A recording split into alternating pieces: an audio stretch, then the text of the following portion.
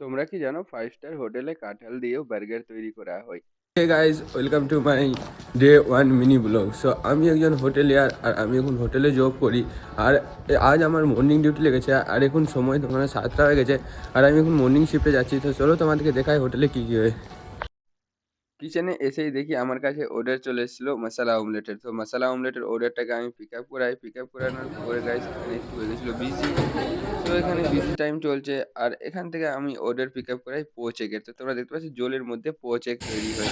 তারপরে এখান থেকে আমি কিছু কাজ করি, দেন এখান থেকে কাজটাকে করি ফিনিশ। আর এই সবজিটাকে কি বলে তোমরা অবশ্যই কমেন্ট করে বলো গাইস। ততক্ষণ আমি করিনি ব্রেকফাস্ট। তো আজকের ব্রেকফাস্ট ডান। দেন ব্রেকফাস্ট করার পরে আমি শুরু চলে আসি, আমার কাছে অর্ডার চলে এসেছিলো গ্রিল ফিশের। তো গ্রিল ফিশের অর্ডারটাকে আমি এখানে পিক আপ করাই। দেন আমার কাছে অর্ডার চলে এসেছিলো পাস্তা। এটা পাস্তা গেছে, এটা নুডলস না। তো পাস্তা পিক আপ করাবার পরে দেখি এখানে শেফ এক্ষেত্রে চাকুতে ধার লাগাচ্ছে। তারপরে আমি আজকে সারাদিনে কি কি কাজ করলাম ওটা আমাদের একটা বুকের মধ্যে রেকর্ড মেনটেন করতে হয়। তো আমি এখানে বুকের মধ্যে লিখে দিই।